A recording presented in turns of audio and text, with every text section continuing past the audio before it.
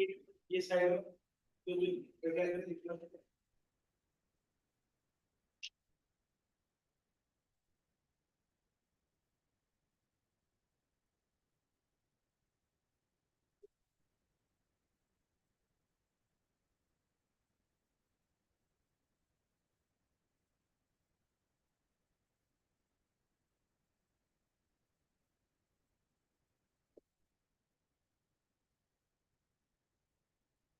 we're waiting for the process to get on declining.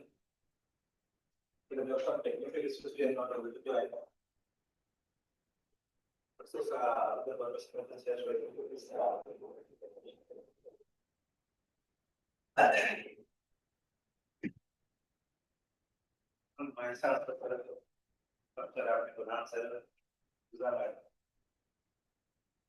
all other members present to online. I request Puja to start the presentation. Yes, sir. A very good morning to Vice Chancellor, sir. Sir.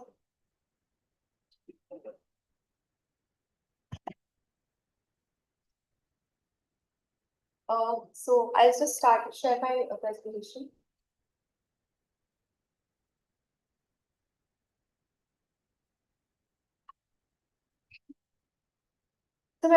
So my name is Puja Sumani. My research is titled A Comparative Efficiency Assessment of Short-Term Skill Training Providers Using Data Development Analysis. This study has been conducted under the supervision of Dr. J.B. Patnaik, sir.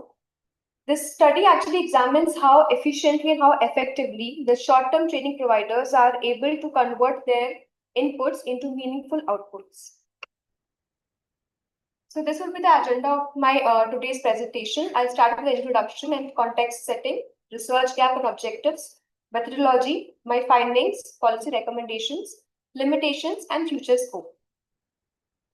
Before diving into the study, I would just give a small background about myself. So I did my post-graduation in corporate social responsibility and social work, and I also did my postgraduate in management, MBA finance. My work profile includes, right now I'm associated with KPMG India as an assistant manager, and I'm working as a capacity of consultant to the West Bengal Technical Education Training and Skill Development Department. My past companies' work experience include working with PwC and Equa Analytics. This is the background of my study. So we all know that India boasts about its working high demographic dividend, and right now around 16.03% is the current youth unemployment rate based on ILA report. So considering and to address this current unemployment issue in India, a lot of skill schemes have been launched statewide and also by the central ministries, including the PMKVY scheme, which is the Pradhan Mantri Kaushal Vikas Yojana, the DDU-GKY scheme, which is the Deen Dayal Gramin Kaushal Vikas Yojana, and different state schemes launched by different states from Maharashtra, Madhya Pradesh, West Bengal, Kerala, etc. So the challenge here remains that in spite of so many skill schemes being present, in spite of so many training providers being present, a high investment is being given by the state government and the central ministries to fund these skill schemes. But the challenge remains the uneven performance of all these skill training providers. So my study basically addresses what is it that differs one training provider from the other training providers, and how the different underperforming training providers could learn from the good performing training providers. Why I chose this topic, to give a little background on why I chose this topic was as I mentioned earlier, so I have been associated with the skill ecosystem since last 6 years now. And especially with the West Bengal government, I have been working for the last 3 years. So with field visits, I understood that a lot of training providers which are actually certifying a lot of candidates, but they are not actually efficiently meeting or using the state funding that they're getting. Also, when I visited, I interacted with a lot of youth, and I understood that a lot of youth are actually depending on these skill schemes for their career graph. So that is what motivated me to conduct this study and dive deep into it to understand how we can actually better it, and what policy suggestions we can give to the government to improve the performance of these training providers. My scope of the study is limited to the state of West Bengal, but it can be scaled up for other states as well. The empirical data that I've collected are of the certified candidates during the period 2022 to 2025. And my major study concerns with the different types of training providers. Here, there are two major different types of training providers. One are those who are center-based training providers who are setting up training centers to train candidates, and the other ones are the industry integrated training providers, where the trainings are conducted in the industry premises and the employment is actually captive employment. This is my literature impact study. So I went through the entire skill development studies that have been conducted, and a lot of studies have been conducted to analyze state schemes, central schemes, etc. So this is just a summary where I'm writing it, where the methodology used have been quantitative only approach. The context setting have been limited to short-term skill training providers applications. The stakeholders were providing centric, and the policy is mainly academic focus and limited translation. My study, however, actually gives a dynamic clustering and a qualitative triangulation. It is the first comprehensive data development analysis study of Indian skill training provider. My study also includes multi-stakeholder perspective integration, where I've also taken qualitative theme analysis of the training providers and the certified trainees. And I've also given actionable benchmarking framework where I can say what are the targeted outputs that our training providers should aim for to perform better. My research objectives, there are 5 research objectives: to identify the best practice benchmarks for different skill training providers, compare efficiency distributions between the two types of training providers. The first two research objectives are being met by the DEA, which is the data development analysis methodology that I run. The model that I use was output-oriented variable returns to scales model. The last 3 objectives are basically defining what is it that differs, that makes one training provider efficient compared to other training providers. So the last 2 objectives are basically done by triangulation of the DA results to the qualitative theme analysis that I received by the survey I ran for the training providers and for the certified trainees. My research methodology is actually a mixed method methodology where the stage 1 is quantitative benchmarking using DEA, and stage 2 is a qualitative follow-up where thematic analysis of training provider responses and certified trainee responses are being done. To start with the quantitative strand, I actually first did a k-means clustering to cluster the training providers based on their similar characteristics. So out of the 134 training providers that I had as my study, the 3 clusters were created. Cluster 1 had large-scale training providers, cluster 2 had mid-sized training providers, and cluster 3 were mainly focused on longest courses. So I got a cluster at K, through using the elbow method, I got K as 3, and I divided the entire population to 3 clusters. Cluster 1 had 31 DMUs or the training providers. Cluster 2 had 42 training providers, and cluster 3 had 61 training providers. For DEA study, it is imperative to, and it is very critical to shortlist the inputs and the outputs. So the inputs for my studies were 3: enrolled trainees, the trader experience, and the course duration. The outputs that I used was the number of trainees certified. Before I started my study, we were actually focusing on 4 inputs and 2 outputs. But because of multi-collinearity, we had to remove 1 input, which was the average course cost, and the trainees placement, because the trainees certified and trainee placement had a higher correlation between the two. The data development analysis model that I used was output oriented, since here the idea is to maximize the outputs. And I used a variable returns to scale model because there are different types of training providers and they are all operating in different environments. The efficiency score calculation was done through VRS, where I am getting the efficiency score, which I am calling it as a pure technical efficiency score. So the DMUs or the training providers, whoever is reaching theta is 1, are known as the efficient training providers. And those training providers who are scoring less than 1 are actually the inefficient training providers. This is my qualitative strand research design, where I had questionnaires designed for the training providers and for the certified trainees. This enabled me to answer the question of why the training providers are efficient compared to other training providers. This is like conceptual framework where I'm linking my objective. The first step being the K-means clustering 3DA step, followed by DEA, where my inputs and outputs and the qualitative survey are then giving me the expected outcome, where I'm classifying the TPs by efficiency and recommending giving policy recommendations and impact. My DA sample size or the training providers, which I'm calling here, is 134. So it has been divided into 3 clusters. To justify this sample size, based on Chance, Cooper, and Rhodes study, it has been found that so to conduct DEA, you need a minimum of 12 inputs. And my sample size clearly meets the criteria, where it excludes 12 VMUs.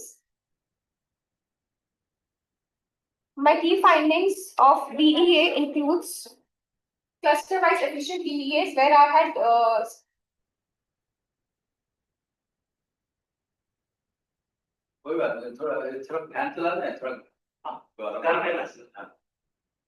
so I got my cluster-wise efficient DMUs list. I got my efficiency frontiers for each clusters. I got my peer benchmarks where I was marking one DMUs against the inefficient DMUs and the target outputs to reach the efficient frontier. The peer network diagrams. I'll just run through one of these.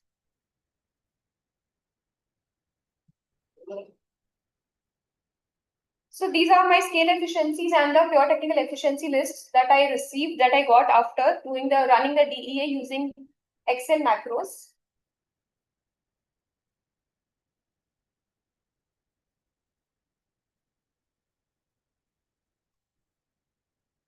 The efficiency frontier was conducted for each of the clusters. So it's a 2D projection of the efficiency frontier. Since I have 3 inputs and 1 output, I have made 3 graphs for each of the clusters where I have mapped 1 input and 1 output. This has been done for 3 of the clusters.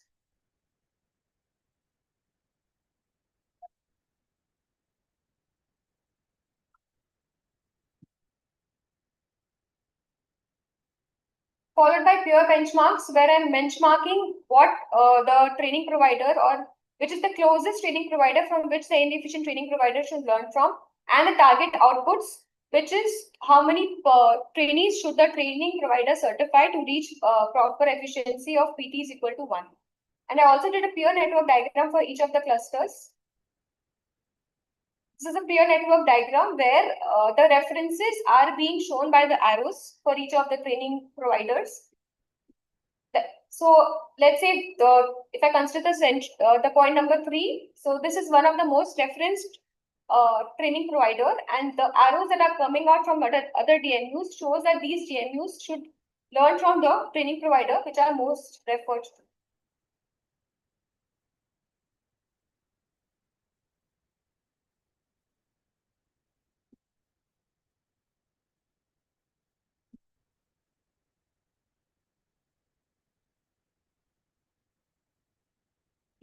Coming to the findings and analysis, so I got my private type provider type comparison, where my finding was between the 2 training providers, which was industry integrated training providers and center based training providers.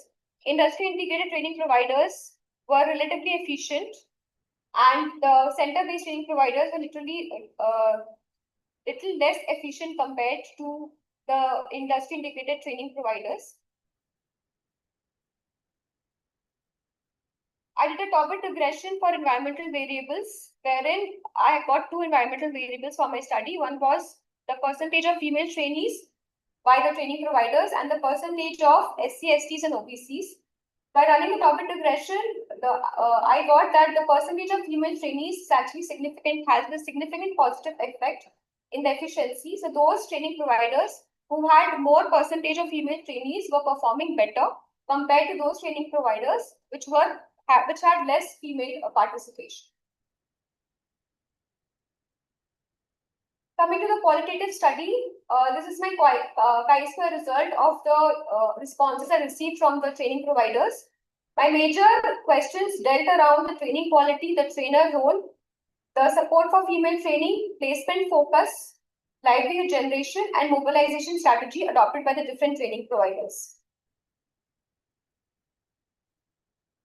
So for the DEA analysis and to triangulate the data of DEA, I bifurcated the efficient training providers into two folds, which was the high-performing training providers and low-performing training providers. High-performing are those who received more than 0.85 efficiency score, and low-performing were the ones who received less than 0.85 as a score. These high-performing and low-performing training providers were their responses to the qualitative questionnaire was then mapped, and these were the results found out, which showed that what is it that makes the efficient training providers different or better than the non-efficient training providers. So the first point that we found was a structures need assessment. So those training providers which were performing better than the non-efficient training providers were the ones who were actually doing a structures need assessment using maybe a door-to-door campaign or going to the panchayats and understanding the requirement of those trainees and then enrolling those trainees in the training program. This helps the trainees also to retain the trainees, and there are lower dropouts, hence leading to a higher certification. There's continuous counseling being done by the training providers because considering these people come from the rural belt, a lot of people tend to not continue their trainings and they leave the courses midway. So counseling and feedback loops are a very important criteria which the high performing training providers are actually doing. The other is employer partnership, where the training providers have direct employer partnership to ensure that the trainees are motivated to get into the jobs, and also there's a correct curriculum update as and when required by the employer. Inclusion strategy has also been another focus of the efficient training providers, where they are making it women friendly, where they are having different let's say separate washrooms for males and females, considering these centers are mostly in the block levels or in the rural areas. So those inclusion strategies were also the ones which were adopted by the high performing training providers.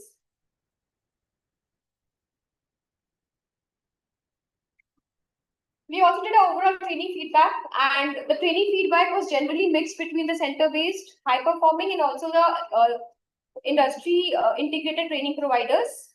There were a few negative critical feedback, but it was limited considering the equipment shortfall and also the trainer attendance, trainer irregularity.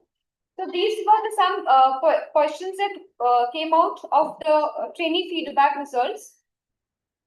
The trainees also recorded, especially they were happy with the trainer's experience and the learning outcomes.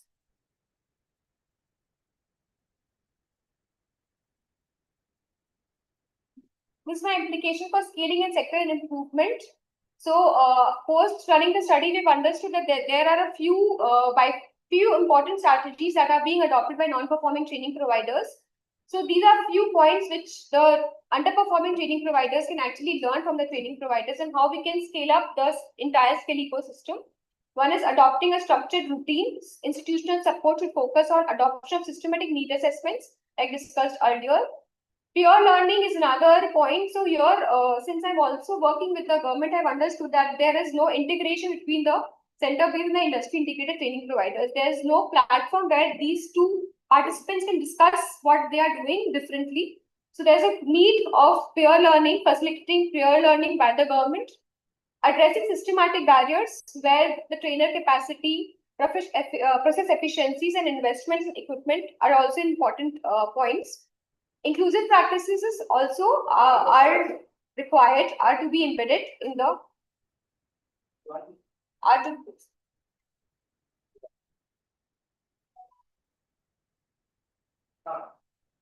Sir sorry for interpretation हो गया है sir नमस्कार sir we welcome you to this sir kind of like I have joined. I am listening, no problem. right. Can you hear me properly? Yeah, we can hear you, sir. Namaskar. Okay, thank you. Namaskar, sir. My regards to all the panel members. Sir, namaskar. Namaskar, namaskar. I am listening. Please carry on. Right. Carry on.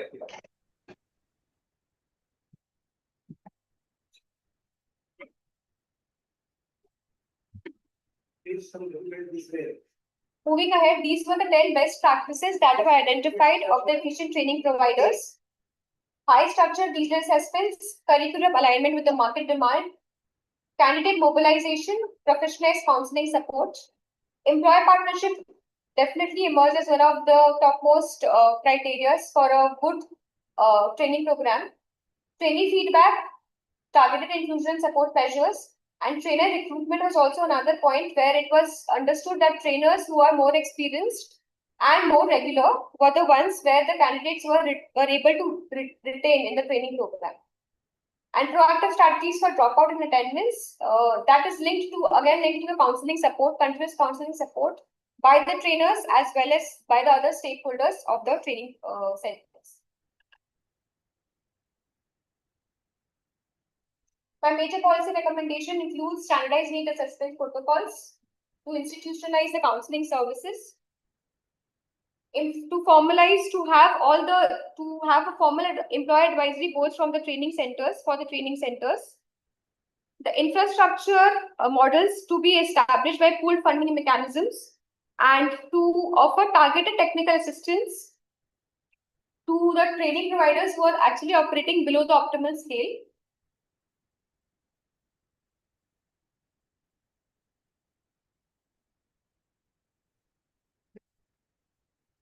The key meta inferences that I have found after my study was structured implementation patterns and not just policy compliance, but the stated intentions of training providers also matters. The efficiency is not model dependent. We have analyzed both center-based and industry-integrated training providers. Although there is a starking significant difference in the performance of industry-integrated training providers, we have found that there are center-based training providers also who are operating at an efficiency of PT score of 1. And there are a lot of things that they can run from the other industry-integrated training providers and embed in their training centers to reach a better efficiency. The challenges that have been received, the challenges that we have understood after analyzing the questionnaires or the answers, responses from the trainees and the trainer provider was trainer irregularity, equipment shortages, and administrative hurdles.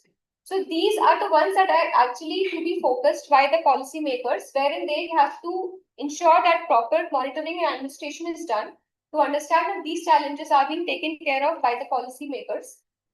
Equity and inclusions are mainstream. This is also an important point because by top and progression, we understood that training centers with a higher female participation were actually performing well. So equity and inclusion should be also mainstream for the training centers. Right now, West Bengal, considering the other scaling schemes that are being run by the other governments, there is no quota for SC, STs or female participation. So maybe this can be one idea which the training centers can imbibe.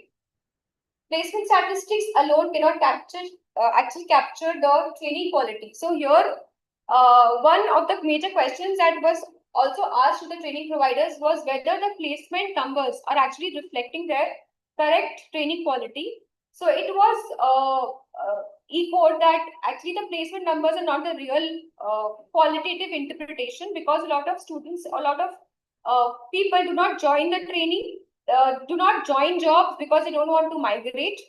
Also, there are influence of external factors and equal job sustainability is also not mapped by just the placement numbers. Because what matters is how many months or how is the career graph of that trainee got actually impacted. So just relying on the placement number would not actually interpret the efficiency of the training provider. My study limitations include the DA relativity because here since DA was conducted with respect to all the training providers which are in my population. So this is a DA relativity study where one training provider is being measured relative to the other training providers operated. Absence of longitudinal data. My empirical data was stretched for the training certified trainees of 22 to 2025. But there could have been a longitudinal data where I could have understood the efficiency involvement of the training centers year-wise, which was limited because of the data collection and limited environmental variables. So my study right now only included the female participation and the SC/ST participation. But the academic background of the candidates, the socioeconomic status of the candidates could have also been looked into to understand that there have been other environmental variables affecting the efficiency of the training providers. The scope of future research includes longitudinal DA analysis, job sustainability measurement to see the impact of long-term impact of the trainees, cost efficiency assessment, and additional environmental variables. So that's the end of my presentation. I would want to acknowledge and give many thanks to Professor J.B. Patnaik, who has been my supervisor, and he has been really after me to finish it on time and do my best. I would thank Honorable Vice Chancellor Sir Ranjit Sir to support my research work, Rumna Madam for continuous coordination, and all my professors and mentors at ICFA University, including Rajkumar Sir, who had been my mentor in my start of the journey, to all my teachers and mostly my parents and then my team to have given me the strength to actually continue this work and finish it. So thank you. Now I would open the round for the questions and answers.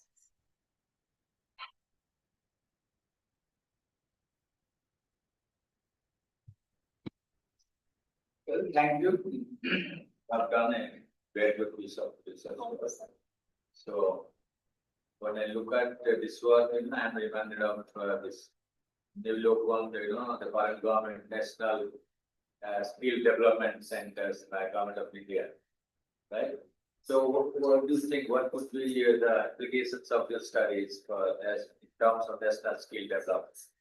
So, sir, if I consider the national skill development policy right now, the biggest intake that the policy can take from my study is basically to focus more on industry relevant trainings and also to ensure that the training centers have employer partnerships so that there are employments and they are not just focusing on making it a supply driven scheme but a demand driven scheme, because we have earlier seen PMKVY schemes and other schemes where their focus was to just enroll candidates and train them, but the actual impact or actually if the candidates were actually getting placed or if they were getting jobs, that was not known. So I think the major shift here would be to shift the supply driven scheme right now to a demand driven scheme where trainees are being conducted by the industries and also through proper employer partnerships.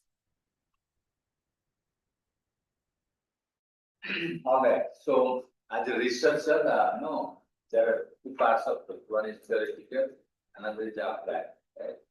Yes. So apart from this, these are those clarities, not to prove your research.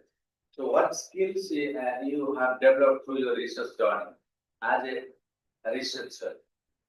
So as a researcher, I think the first thing that I've learned is attention to details, because I remember when I was running this GA model, I ran multiple, I think I took 3 months time to finally get my thing, because I was running the model and then I was, coming back and seeing that there were some things that I missed out during the first run of the model. So I think attention to details, patience was one thing which was actually required. Time management, sir, since actually I'm also working, and because of motivation, continuous motivation by Patnaik sir, I was actually able to manage my time with because sir, actually I'm working with the government right now. Right. So with You the are with the West Bengal government? yes sir. So it was very difficult to manage time for both. So I learned this, and I learned macros, Excel macros, because I had to run my DA models. So that's what I mean. It was actually a very fruitful and a very good learning journey for me. So have you published any part of this work in any journal? Yes, as I published 2 papers. So one was related to the dropout, that what is it that leads to dropout of the candidates. Another was motivation of the studies of the trainees. So I did a study to understand that is it really the job for which people enroll in the training programs, or is it other areas also. So my study actually found, sir, that a lot of people enroll in these training programs just to learn the skill, not necessarily that they want a job. So that is also another part which we got from the paper. And sir, I am happy to say that I actually recommended this to the principal secretary of our department, that you should have a scheme where you are not focused on placement, but just on training, and so that you can cater to the audience who are focused on learning a new skill, and maybe they can use it later in their lives. Very good. So this is unique, no? Data environment analysis, applying it to the skill analysis is very unique. So, made you to apply this technique rather than the other conventional tools like, there are many other softwares available, social science research, management research. So why do you think this is something unique and different than others? So, sir, actually, I read a lot of literature with skills and because I am also in the field. So, I saw that a lot of even the governments are using just strategies of calculating what is the number of certified candidates, how is the placement percentage being calculated. So, barring this, there are no other way of capturing the efficiency of the training providers. Right. So that is why it made me to see that maybe I can use this strategy because I have multiple inputs. It's not that only my enrollment count matters. I also have my trainer's experience. I also have different course durations. So considering that I have multiple inputs, I had to apply a method which would cater to all these inputs and to understand that what is it that would affect rightly my output or my certification of the candidates. So that is why I got into a method which was honestly initially it was very difficult and difficult to convince everybody that I would want to do this model. But then I'm glad that I did it, and we came out with efficiency frontiers also and peer benchmarking for the other training centers. Good. And last question is, if given a chance, how differently would you like to do this work? So one thing was with regards to the socioeconomic status of the students. So because here a lot of candidates, they are 6 pass, 8 pass, 10 pass. So sir, it is possible that because of their academic background, their certification rates would vary. So sir, this is one economic stat which I could not collect with a lot of even approaching the government. So I think if given a chance, sir, I would first focus on trying to capture the academic background of also the candidates so that I can rerun the study considering how it will affect the certification. And the other would also be a longitudinal study because right now it is considering all the certified candidates from 22 to 25. But I would also want to understand that how we have improved over the years. So for that, sir, I would focus on again going back and understanding the efficiency study of every year and how these training providers are actually performing or evolving better year after years. So I would want to go back and do that. Good. That's my side. Sir, we request the second external examiner to have your questions. Yes, Stop sharing. Yes, Puja, Yes, sir.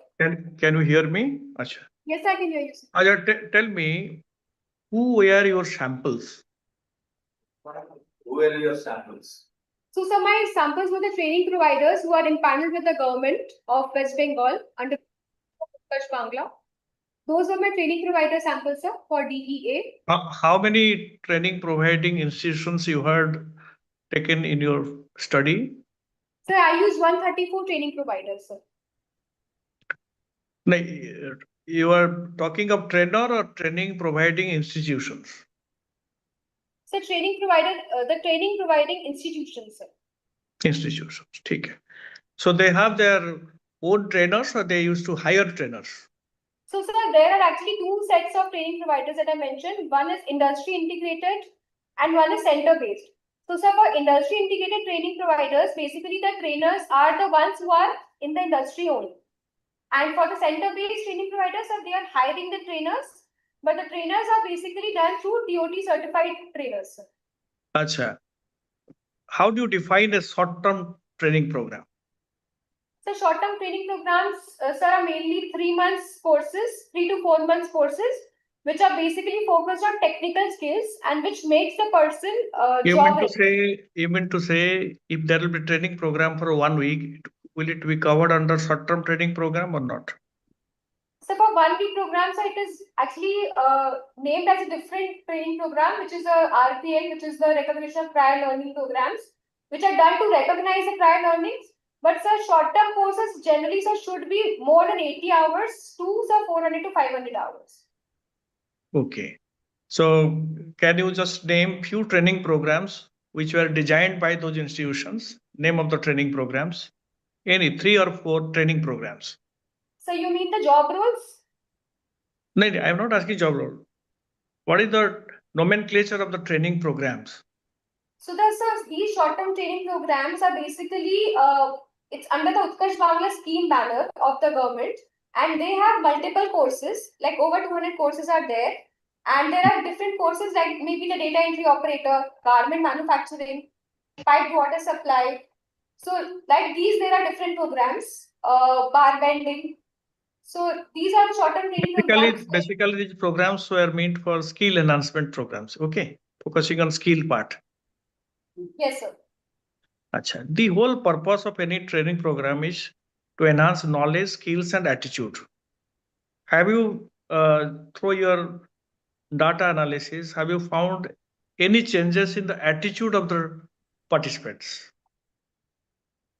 No, Because sir. whole focus of any training program is to bring changes in knowledge, skills, as well as attitude. So did you find any changes in the attitude of the participants? So, sir, this is one of my limitations of the study because I did not actually capture the post training impact on the candidates. And my focus actually was limited to understanding the efficiencies of the training providers. But, sir, as pointed out by you, the change in attitude or how much the training is impacting the trainees, post trainees. So, this is one thing which my study actually did not capture, sir. Achha, do the training institutions, the training providers, do they make any training needs assessment of the participants? So, sir, with the survey, we found that those which were actually performing well, they were doing a need assessment, and other small scale providers were actually just getting the candidates and getting them enrolled. They were actually not studying the market. They were not understanding whether that training is required in the market. So that is why, sir, one of the recommendation is wherever you are, yes, sir. My point that when somebody or some people or a group of participants they join a training program, you have to measure their level of understanding, level of knowledge on a particular area. And when they, let's say, complete the training programs and they leave the campus, you have to again find the changes. What sort of changes that has occurred within that, let's say 80 hours or 400 hours, what changes that has occurred? Do they do that? Your Okay. training institutions? So, Or sir, simply they used to get on from government and they used to just do the job of training programs?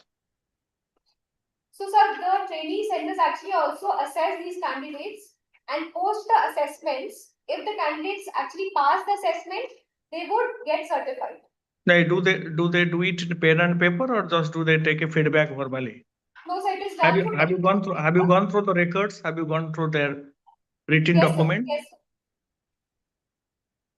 Yes, sir. So it's done through pen and paper. Yes, sir. Okay. So actually, what made your, let's say, made to come to your mind to think about this particular area for research? So, sir, actually, I have been working in the skill ecosystem for over 6 years now, and currently I'm working with as a consultant to the Technical Education Department of West Bengal. So, sir, I have seen that a lot of training centers, some are struggling with the candidates and some are performing really well. But the sir, money which is being given out by the government is actually the same. So, it was important to understand that if the government is spending so much, what is it that the other training providers can learn from them, and how can we actually, account for every penny that the government is spending, and how can we make the entire skill ecosystem better? So that was one motivation to do this study. But now, do you think you have done the right analysis and can you suggest something to the policymakers? What are the flaws in the training systems? Sorry, sir? Tell me 3 flaws in the overall training systems of West Bengal. So 3 flaws. Flaws, I would say the limitations or what they should do, what they are not doing. Okay. Because basically you are going to, you have made a analytical study.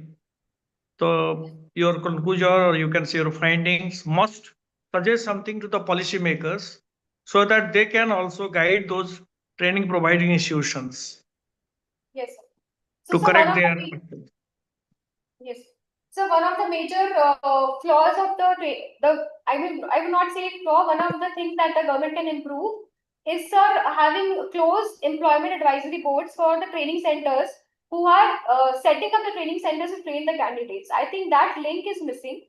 Do not have proper or sustainable employer connects, because this is one flaw where the government can bring in and they can ensure that these training providers are being linked to the direct employers, so that there's a proper motivation also, and the candidates who are trained actually improve their livelihood. So that was one. So the other policy, I think, is, sir, with regards to the mobilizing or the, sir, need assessment of the candidates. So, sir, right now the training centers themselves are just going and getting the candidates, enrolling them and training them.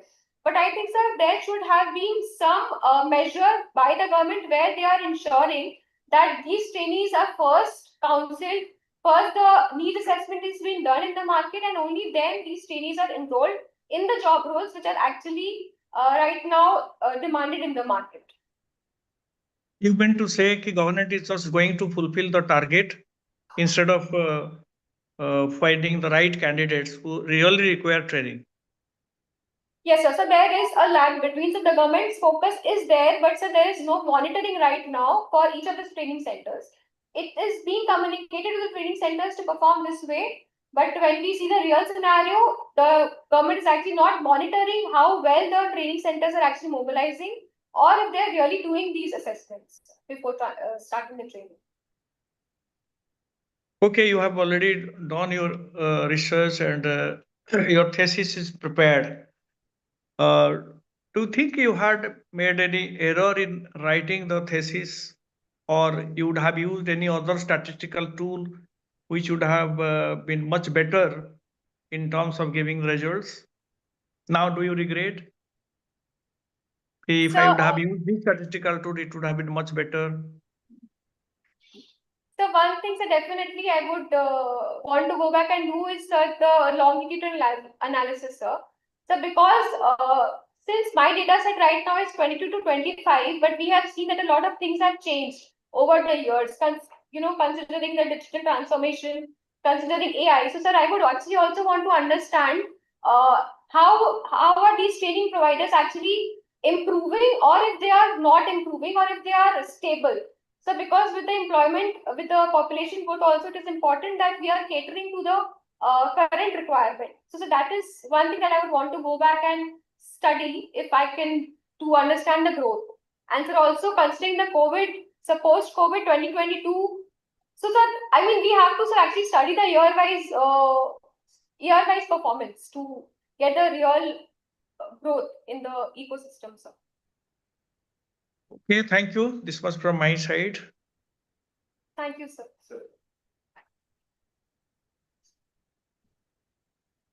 Other panel members can ask. What all courses did you do during your? So during my? You said you do a PhD, you do some coursework. What were the subjects did you do for the coursework? I did research methodology, literature review. So statistics was there. Article writing. Article writing. Article writing, yes, sir. Okay. So let's talk about the research methodology. What did they teach you? Conventional or classical method of research as far as management studies are concerned. What are the, just briefly define how does the research will go?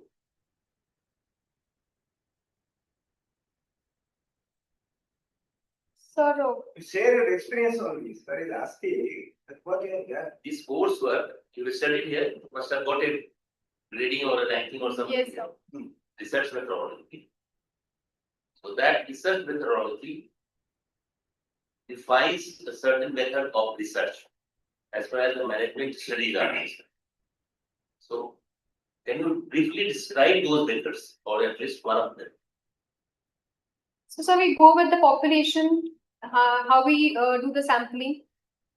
Then we take the samples and then we do the studies. Maybe we can use different methods to get the maybe a correlation regression to understand the a correlation between two variables. Okay, so basically you are talking about you are collecting primary data through questionnaires. You design a questionnaires, you have an objective function.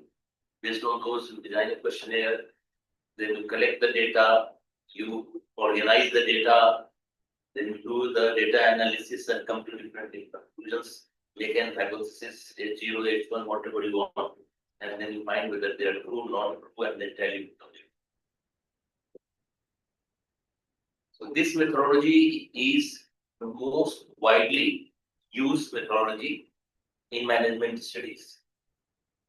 So far as I know, this is the only method being used in a group of institutions in and around Viva.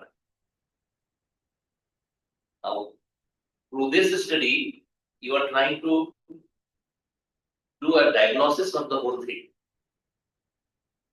So drawing an analogy with the medical science, how many types of diagnosis are there? There is something known as intrusive, there is something known as non-intrusive, and there are so many other diagnostics, pathological, clinical, and other things. So where would you like to classify this research methodology which is taught to you conventionally in your coursework? Is it intrusive or non-intrusive? Then the second one I would like to look at. The research methodology in engineering is totally different. I mean, this could be a sub part of the research work, but this is not the thing. So you are doing a PhD in, say, engineering.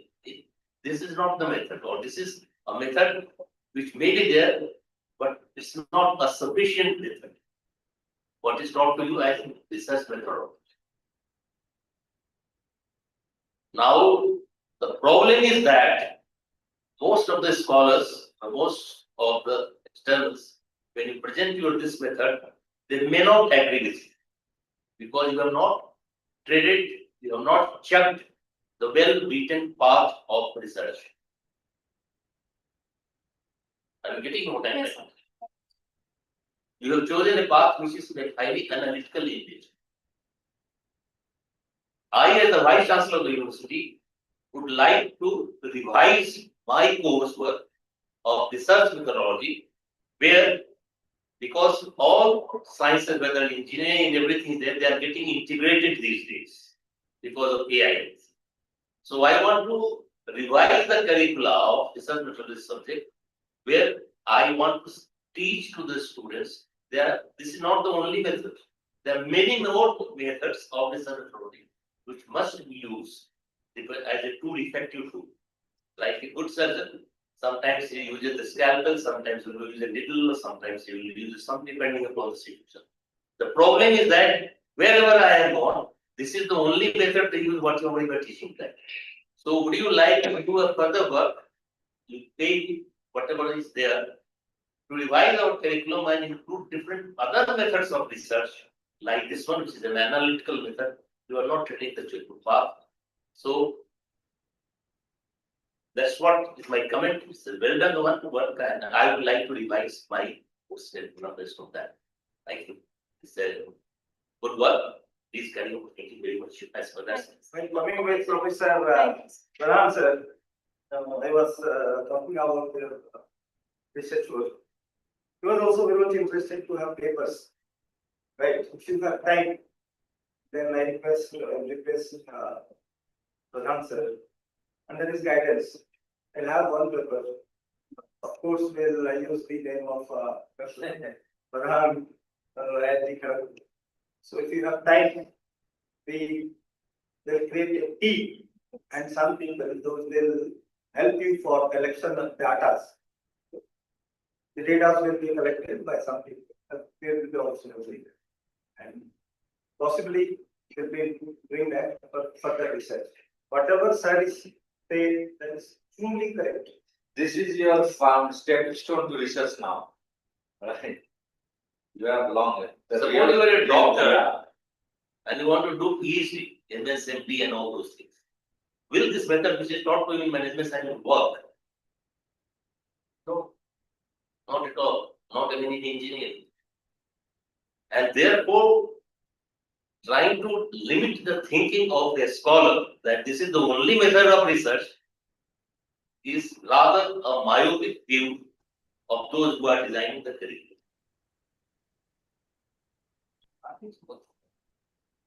So, any questions from the scholars or the eminent personalities present online?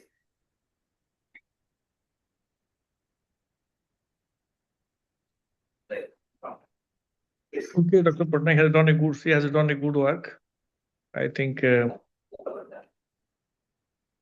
let us see any other members will ask any question. Right, sir. That's what. I think we should congratulate her. Congratulations. Sir, Okay, congrats from my side. on behalf Thank you, of sir. ICFI University Jharkhand, so I take the privilege to get your final comments from both the external examiners who are present, sir, from online and from you as well, sir. So based on the Viva voce and evaluation, so you would like to award PhD degree for the scholar. On We the- recommend the university to provide, sir, your final words. My on the basis of the Sir, Yes, sir, please, sir. my conclusion is on the basis of the performance he has exhibited during the Viva and the ways he defended all the queries and questions, I recommend ICFI University to award PhD to Puja Garodia Subani after completing any other formalities if left. thank you, sir. I recommend it. Thank you. So. for me, Congratulations, also, Puja. has Now you are answered- Now you are Dr. Puja Garodia. Congratulations from my side. Thank you, sir. Right. So same from my side, she has answered all the questions to the full satisfaction of mine. And I'm also of same opinion that Puja should be awarded PhD degree by ICFI University. And I must congratulate her for this good work. Congratulations, Dr. Puja, and welcome to Dr. Guru. All the best.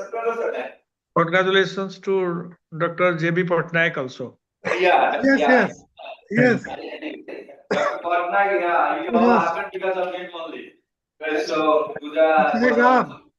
आपको भी बधाई हो। Thank you, sir. सबको बधाई हो. Sir, sir. Sir, Those based who are on in- the recommendations of Only all those who are the in learned online, they missed a cup of tea. Everybody else, I did bestow on Dr. Puja. Dr. Dr. Puja. Puja Garodia The Subani. degree of PhD in management. Thank you. Can we leave? Sir, we are making you to join on the photograph online as well. Sir. Okay.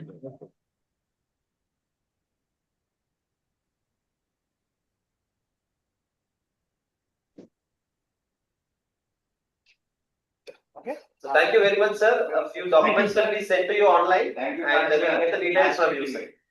Okay, send the photograph online. Okay. Yeah, yeah, Sir, we will send Sure. the invitation.